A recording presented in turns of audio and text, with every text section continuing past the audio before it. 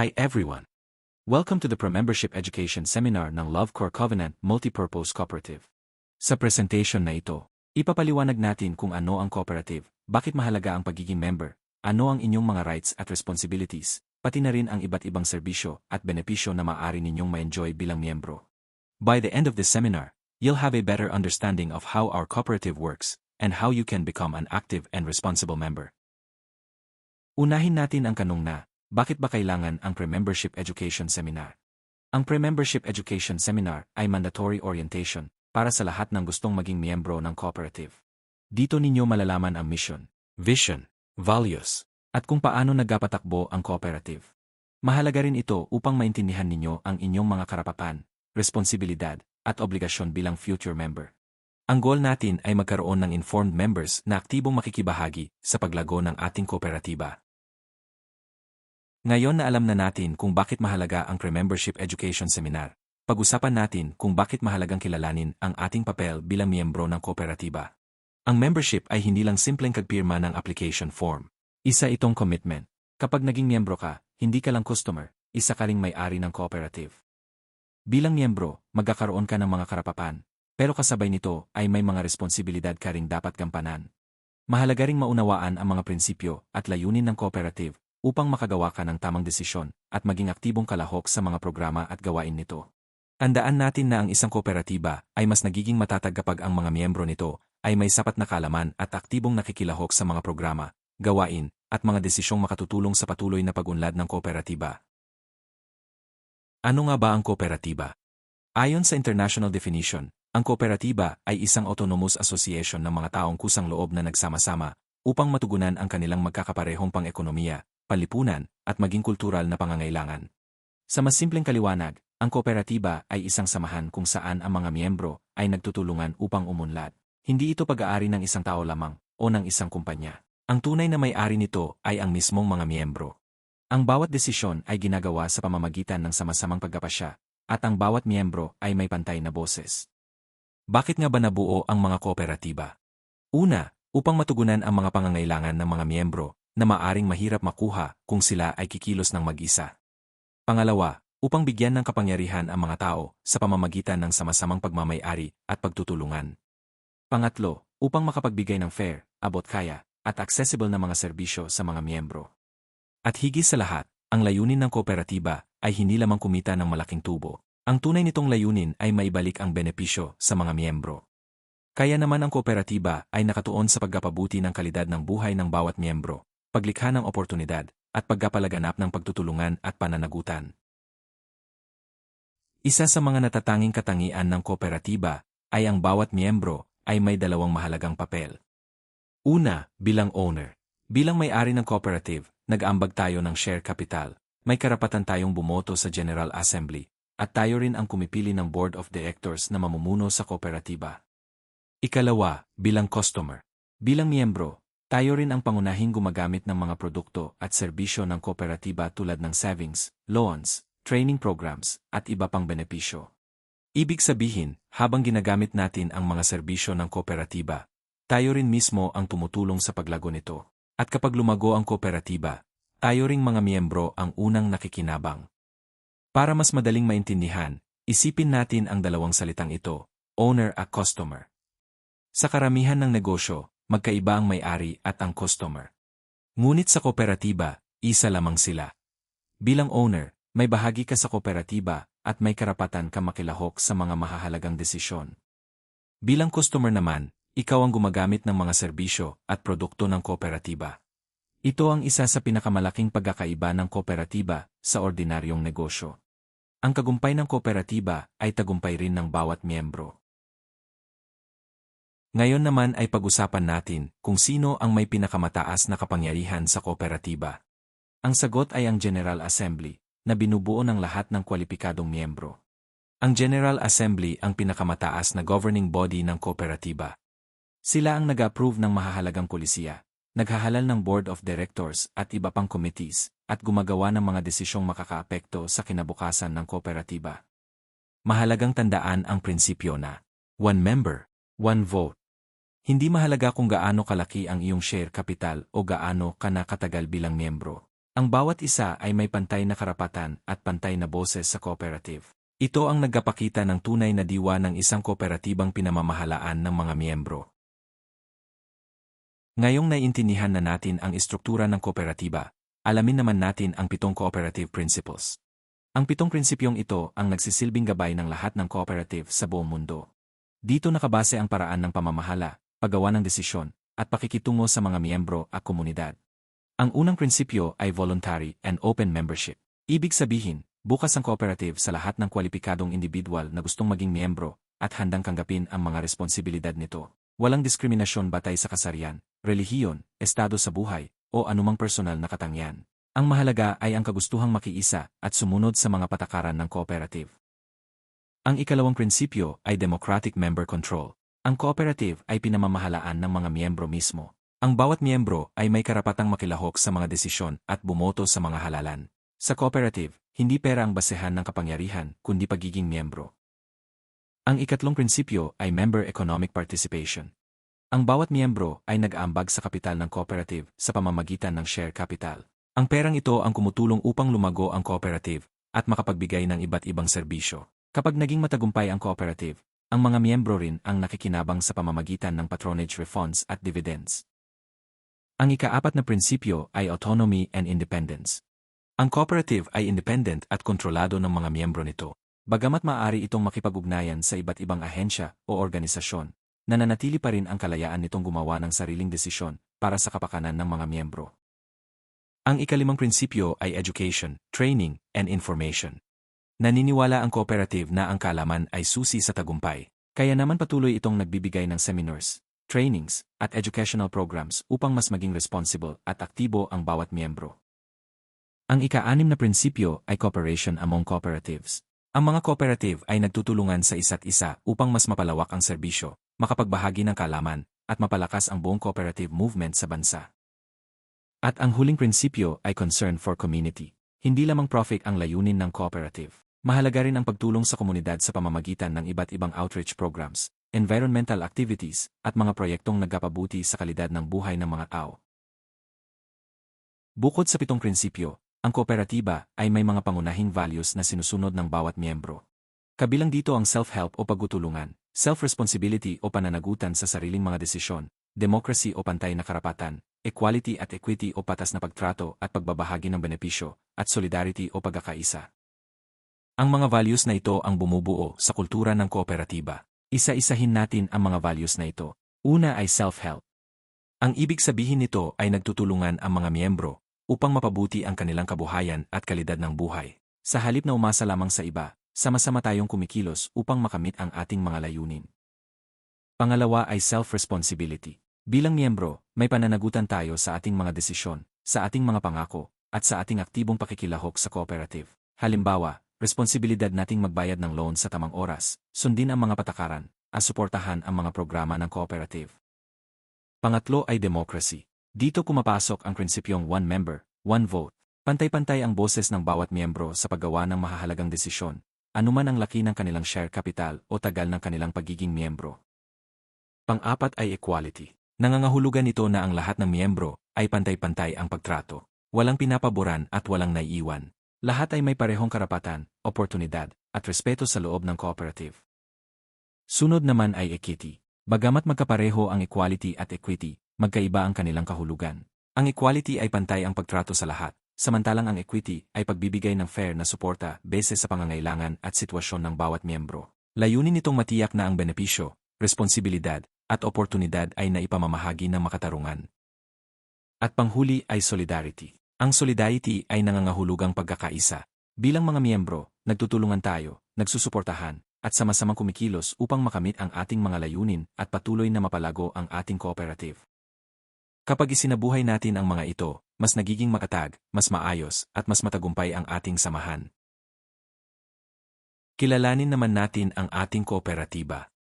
Nagsimula ang organization bilang San Sebastian Bukas Palad Foundation, Incorporated, na rehistrado sa Securities and Exchange Commission o SEC.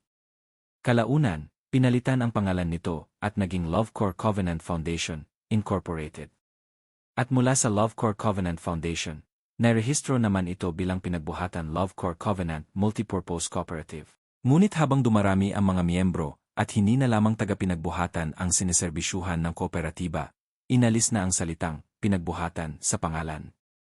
Kaya ang opisyal na pangalan nito ngayon ay Love Core Covenant Multipurpose Cooperative, o LCCMPC. Noong naitatag ang kooperatiba, ang mga miyembro ng Love Core Covenant Foundation, Inc., ay automatikong naging mga miyembro rin ng LCCMPC, kaya tuloy-tuloy pa rin nilang natatamasa ang mga benepisyo at oportunidad bilang bahagi ng kooperatiba. Ang Love Core Covenant Multipurpose Cooperative ay registered sa Cooperative Development Authority noong April 18, 2005. Bilang isang rehistradong cooperative, sumusunod ito sa Philippine Cooperative Code of 2008 o Republic Act 9520, pati na rin sa lahat ng regulasyon ng Cooperative Development Authority. Ibig sabihin, legal at maayos ang operasyon ng ating kooperatiba. Bilang mga future members, mahalagang malaman ninyo na ang Love Core Covenant Multipurpose Cooperative ay isang legit at rehistradong kooperatiba na kinikilala ng pamahalaan. Makikita sa kaliwang bahagi ng screen ang ating Certificate of Registration mula sa Cooperative Development Authority. Ang sertipikong ito ang nagpapatunay na ang ating cooperative ay opisyal na naitatag at may legal na personalidad upang magsagawa ng mga operasyon alinsunod sa batas. Samantala, sa kanang bahagi naman ay ang ating Certificate of Compliance. Ang sertipikong ito ay ibinibigay ng CDA sa mga cooperative na patuloy na sumusunod sa mga kinakailangang regulasyon, pagsusumite ng mga ulat, at iba pang legal na obligasyon na itinakda ng batas. Ang pagkakaroon ng dalawang sertipikong ito ay nagpapakita na ang ating cooperative ay hindi lamang rehistrado, kundi patuloy ring sumusunod sa mga pamantayan ng Cooperative Development Authority. Ibig sabihin, ang ating operasyon ay transparent, accountable, at naayon sa mga umiiral na batas at regulasyon. Bilang miyembro, mahalagang malaman ninyo na bahagi kayo ng isang cooperative na may matibay na legal na pundasyon at may malinaw na pananagutan sa mga miyembro at sa pamahalaan. Ito rin ang nagbibigay ng dagdag na kumpiyansa na ang inyong mga ipon, investments, at mga transaksyon ay pinamamahalaan sa isang organisasyong sumusunod sa tamang proseso at good governance. Ngayon naman, pag-usapan natin ang vision at mission ng ating cooperative. Ang ating vision ay maging isang stable, self-reliant, at dynamic cooperative na tunay na tumutugon sa socio-economic needs ng ating mga miyembro. Ibig sabihin, layunin nating magkaroon ng isang matatag at maasahang cooperative na kayang umunlad sa sariling kakayahan habang patuloy na nagbibigay ng mga programa, serbisyo, at oportunidad na makakatulong sa pagpapabuti ng buhay ng bawat miyembro. Sa kabilang banda, ang ating mission ay isulong ang diwa ng pagtutulungan o bayanihan sa pamamagitan ng pagbibigay ng mga financial resources, tulad ng savings at loan services, na hindi lamang nakatuon sa financial growth, kundi ginagabayan din ng moral at spiritual values. Para sa atin, mahalaga ang pagunlad ng bawat miyembro ng may integridad, pananagutan, at malasakit sa kapwa. Sa madaling salita, ang ating vision ang nagsisilbing direksyon ng cooperative, habang ang ating mission naman ang gabay kung paano natin ito maisa sa katuparan para sa kapakinabangan ng lahat ng ating mga miyembro. Narito naman ang goals ng ating kooperatiba. Ito ang mga pangunahing layunin na nagsisilbing gabay sa lahat ng ating programa, serbisyo, at mga gawain. Una, layunin ng ating kooperatiba na mahikayat ang bawat miyembro na mag-ipon ng regular at magkaroon ng disiplina sa tamang pamamahala ng kanilang pananalapi. Sa pamamagitan ng pag-iimpok, mas nagiging handa tayo sa mga hindi inaasahang pangangailangan at mas napapalapit tayo sa ating mga financial goals. Pangalawa, layunin nating paunlarin ang kaalaman, kakayahan, at kasanayan ng ating mga miyembro. Sa pamamagitan ng mga seminar, training, at iba pang educational programs, mas nagiging handa ang bawat isa na makibahagi sa pagunlad ng kooperatiba at makagawa ng mas matalinong financial decisions. At panghuli, isinusulong natin ang adhikain ng kooperatiba bilang instrumento ng pagunlad ng ekonomiya at pagbawas ng kahirapan. Sa pamamagitan ng sama-samang pagtutulungan, nagkakaroon ang ating mga miyembro ng mas maraming oportunidad upang mapabuti ang kanilang kabuhayan at kalidad ng buhay. Sa kabuuan, ang mga layuning ito ay nagpapakita na ang kooperatiba ay hindi lamang nagbibigay ng financial services, kundi nagsisilbi ring katuwang ng bawat miyembro sa pag-abot ng mas maayos at mas matatag na kinabukasan. Narito ang ilan sa mahahalagang impormasyon tungkol sa ating kooperatiba. Itinatag noong 2005, pangunahing nagsisilbi sa Pasig City bilang isang multipurpose cooperative. Sa kasalukuyan, mayroon na tayong 576 na miyembro, at mahigit 13 milyong piso ang kabuuang assets ng cooperative.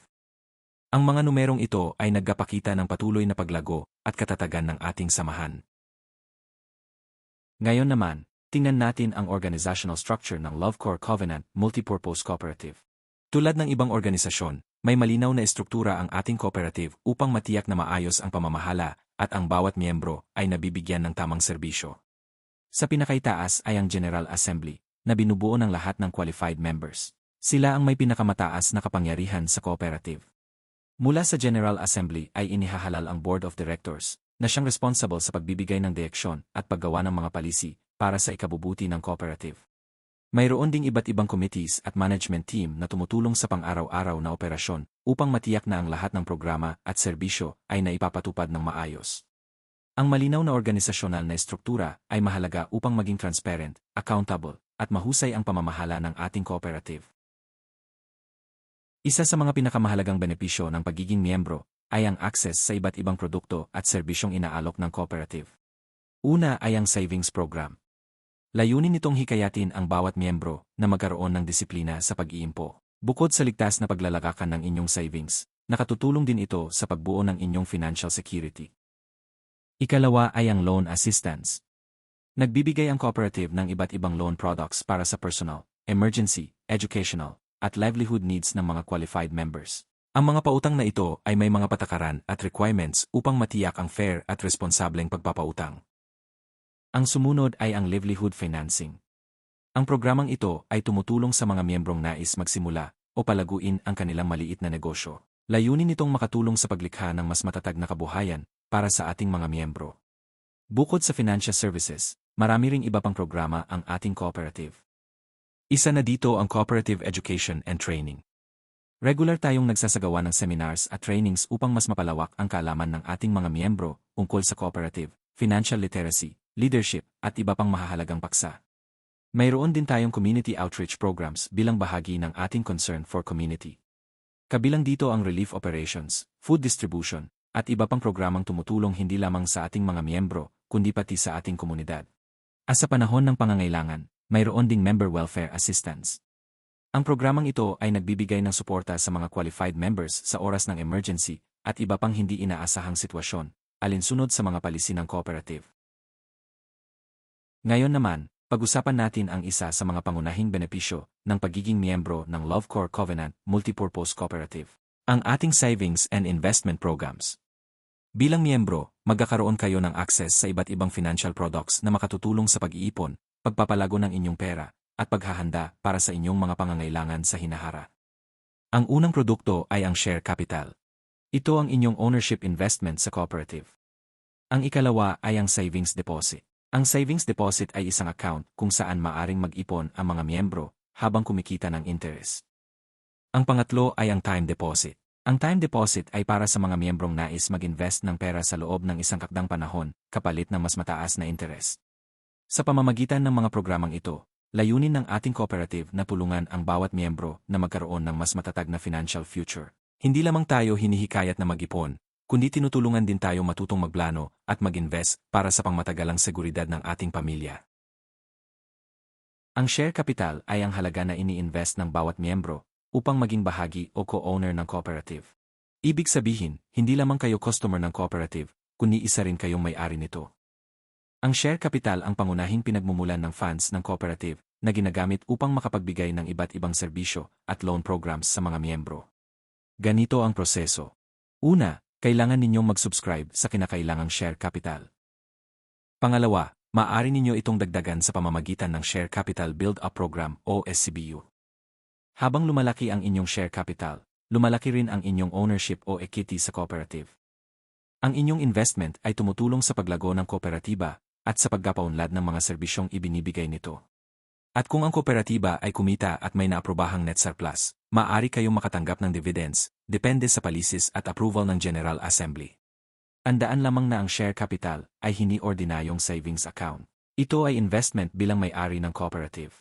Sa Lovecore Covenant Multipurpose Cooperative, ang minimum initial share capital ay 1,500 pesos.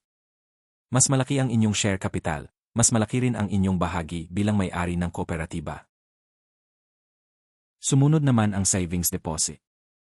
Kapag kayo ay naging miyembro ng Lovecore Covenant Multipurpose Cooperative, kasama na sa inyong initial membership payment ang pagbubukas ng savings deposit account.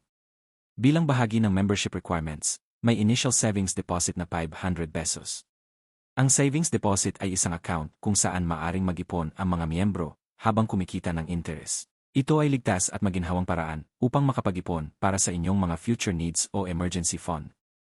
Pagkatapos maging miyembro, maaari na kayong magdagdag ng deposits anumang oras ayon sa palisis ng kooperatiba. Upang patuloy na kumita ng interest, kailangang mapanatili ang minimum balance na 1,000 pesos. Ang inyong savings ay kumikita ng 1.5% interest kada taon, gamit ang average daily balance o ADB method sa pag-compute ng interest. Ang magandang balita, tax-free ang interest na inyong kikitain. Kung kinakailangan ninyo ang inyong pera, maaari rin kayong mag-withdraw, basta sumusunod sa palisis ng kooperatiba. Tandaan, ang savings deposit ay hindi lamang requirement sa pagpasok bilang miyembro. Ito rin ay isang magandang paraan upang mabuo ang disiplina sa pag-iipon at magkaroon ng financial security. Maliit man ang simula, ang tuloy-tuloy na pag-iipon ay malaking tulong sa pag-abot ng inyong mga financial goals.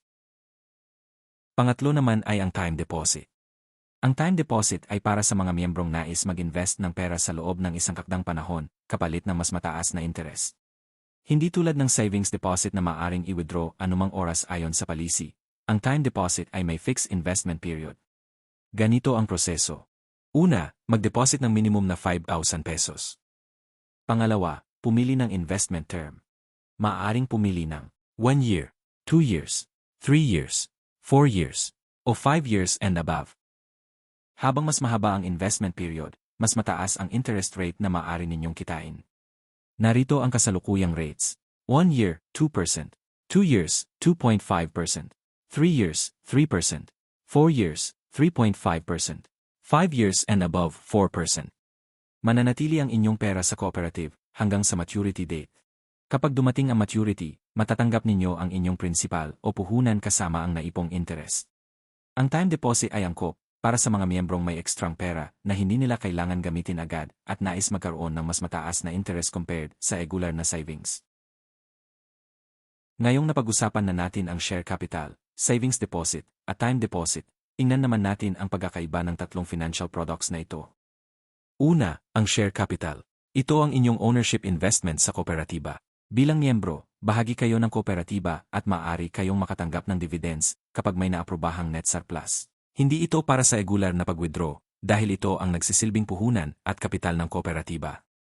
Pangalawa, ang savings deposit. Ito naman ay para sa inyong regular na pag-iipon. Kumikita ito ng interest at maaari kayong mag-deposit o mag-withdraw ayon sa palisi ng kooperatiba. Ito ang pinakamainam kung nais ninyong magkaroon ng madaling ma-access na ipon para sa inyong mga pangangailangan. Pangatlo, ang time deposit. Ito ay para sa mga miyembrong gustong mag-invest ng pera sa loob ng isang takdang panahon.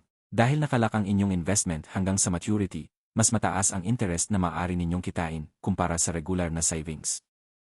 Sa madaling salita, share capital para sa pagiging may-ari ng kooperatiba, savings deposit para sa regular na pag-iipon na madaling ma-access, time deposit para sa mas mataas na interest kapalit ng fixed investment period. Lahat ng ito ay may kanya-kanyang layunin, ngunit magkakasamang tumutulong upang mapalago ang inyong pera at mapalakas ang inyong pagiging miyembro ng kooperatiba. Ngayong malinaw na ang pagkakaiba ng tatlong financial products, handa na tayong kalakayin ang iba pang mga products at loan programs na maaaring i-avail bilang miyembro ng Lovecore Covenant Multipurpose Cooperative. Bukod sa ating savings and investment programs, nag-aalok din ang LCCMPC ng iba't ibang loan products upang matulungan ang mga miyembro sa kanilang iba't ibang pangangailangan. Kabilang dito ang productive loan, providential loan, grocery loan, back-to-back loan, educational loan, travel loan, motorcycle o e-bike loan, pension loan, rice loan, birthday loan, Christmas loan, special loan, at advanced 13th month pension ATM loan. Sa seminar na ito, nais lamang naming ipakilala ang mga loan products na maaring ma-avail ng isang miyembro. Dahil ang pre-membership education seminar ay nakatuon sa mga nais maging miyembro ng cooperative. Kapag kayo ay miyembro na at nais na mag-apply ng loan, kinakailangan ninyong i-take ang Part 2 na Credit Orientation Seminar. Sa Part 2, doon natin tatalakayin ng mas detalyado ang bawat loan product, ang layunin nito, qualifications, requirements, loanable amount, mga deductions, terms of payment, interest, at ang buong loan application process. Gaya ng nabanggit, kapag ang isa miyembro ay nag-avail ng loan, may mga deductions din mula sa loan amount. Kabilang dito ang service fee, bahagi para sa inyong share capital build-up, insurance, at ang halaga ng Vita Plus products, ayon sa pulisya ng kooperatiba. Ang layunin nito ay upang patuloy na mapalago ang inyong savings at share capital habang napapakinabangan ninyo ang inyong loan. Marami kayong mapagpipiliang loan products na idinisenyo upang makatulong sa iba't ibang pangangailangan ng ating mga miyembro. Sa mga naunang slide, nakita natin na ang Lovecore Covenant Multipurpose Cooperative ay isang lehitimong kooperatiba na rehistrado sa Cooperative Development Authority at patuloy na sumusunod sa mga itinatakdang batas, regulasyon, at mga kinakailangang ulat ng pamahalaan. Ngunit hindi lamang pagiging legal ang sukatan ng isang mahusay na kooperatiba. Mahalaga rin ang kalidad ng pamamahala, ang maayos na pagpapatakbo ng mga programa at serbisyo, at ang dedikasyon sa pagtulong at pag-unlad ng mga miyembro. Kapag ang isang kooperatiba ay patuloy na nagpapakita ng mahusay na pamamahala, transparency, accountability, at aktibong paglilingkod sa mga miyembro, maaari itong makatanggap ng iba't ibang pagkilala mula sa mga kinaukulang institusyon. Ang mga parangal at pagkilalang ito ay hindi lamang kumakatawan ng tagumpay. Higit sa lahat, ito ay patunay ng sama-samang pagsisikap ng ating Board of Directors, Management, Committees, at bawat miyembro na mapanatili ang integridad at kahusayan ng ating kooperatiba. Sa slide na ito, makikita natin ang ilan sa mga awards and recognition na natanggap ng Lovecore Covenant Multipurpose Cooperative. Ang bawat award at recognition ay nagsisilbing inspirasyon upang patuloy nating pagbutihin ang ating mga serbisyo at programa. Ipinapakita rin nito na ang ating kooperatiba ay patuloy na nagsusumikap na maging responsible, mapagkakatiwalaan, at nakatuon sa kapakanan ng mga miyembro at ng komunidad. Bagamat mahalaga ang mga parangal na ito, ang pinakamahalagang tagumpay ng ating kooperatiba ay ang patuloy nitong kakayahang makapagbigay ng makabuluhang serbisyo at makatulong sa pagpapabuti ng buhay ng bawat miyembro. Ang mga natanggap na parangal ng ating kooperatiba ay patunay ng dedikasyon at mahusay na pamamahala nito sa loob ng maraming taon. Kabilang sa mga ito ang Galing Kooperatiba Awards, Huwarang Kooperatiba ng Pasig, Most Outstanding Cooperative, Best Cooperative Enterprise, at Champion for Climate Action. Ang mga pagkilalang ito ay hindi lamang para sa pamunuan, kundi para rin sa bawat miyembro na patuloy na sumusuporta at aktibong nakikibahagi sa paglago ng ating kooperatiba. Sa bawat tagumpay ng kooperatiba, kasama rin kayong mga miyembro sa tagumpay na ito. Kung nais ninyong maging bahagi ng Lovecore Covenant Multipurpose Cooperative, narito ang mga pangunahing hakbang. Una, kinakailangang makumpleto ang Pre-Membership Education Seminar. Pagkatapos nito, ihanda at isubmit ang mga kinakailangang dokumento tulad ng 2 valid government-issued IDs, preferably isama ang TIN ID kung meron kayo nito, 3 latest 1x1 pictures, proof of billing, at proof of source of income. Ang mga dokumentong ito ay mahalaga upang maayos na maproseso ang inyong membership application.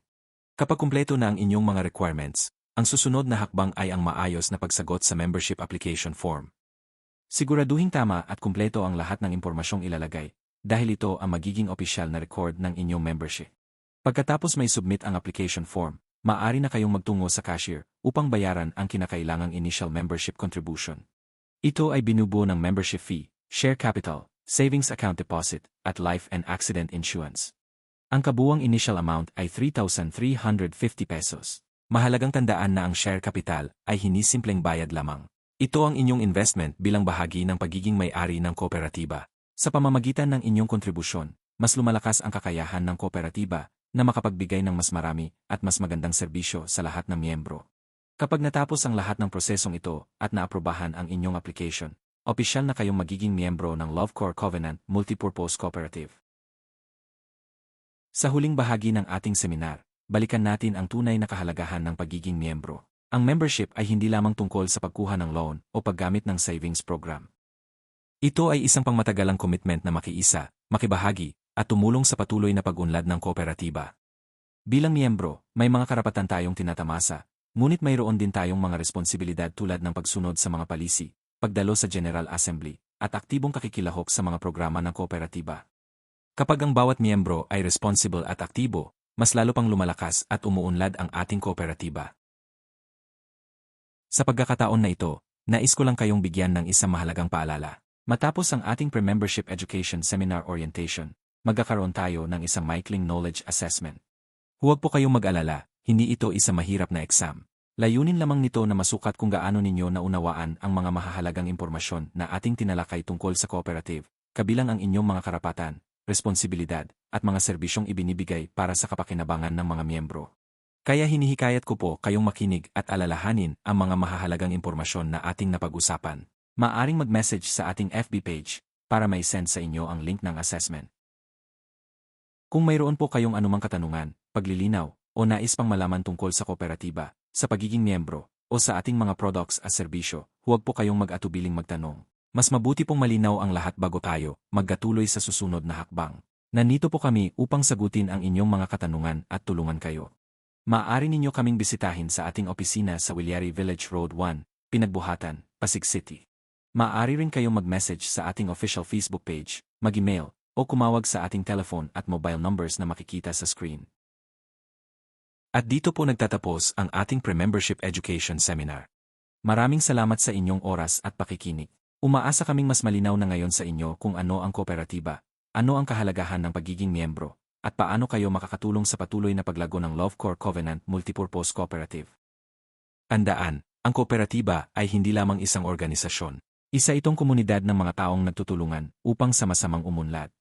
Muli, maraming salamat sa inyong oras at pakikibahagi.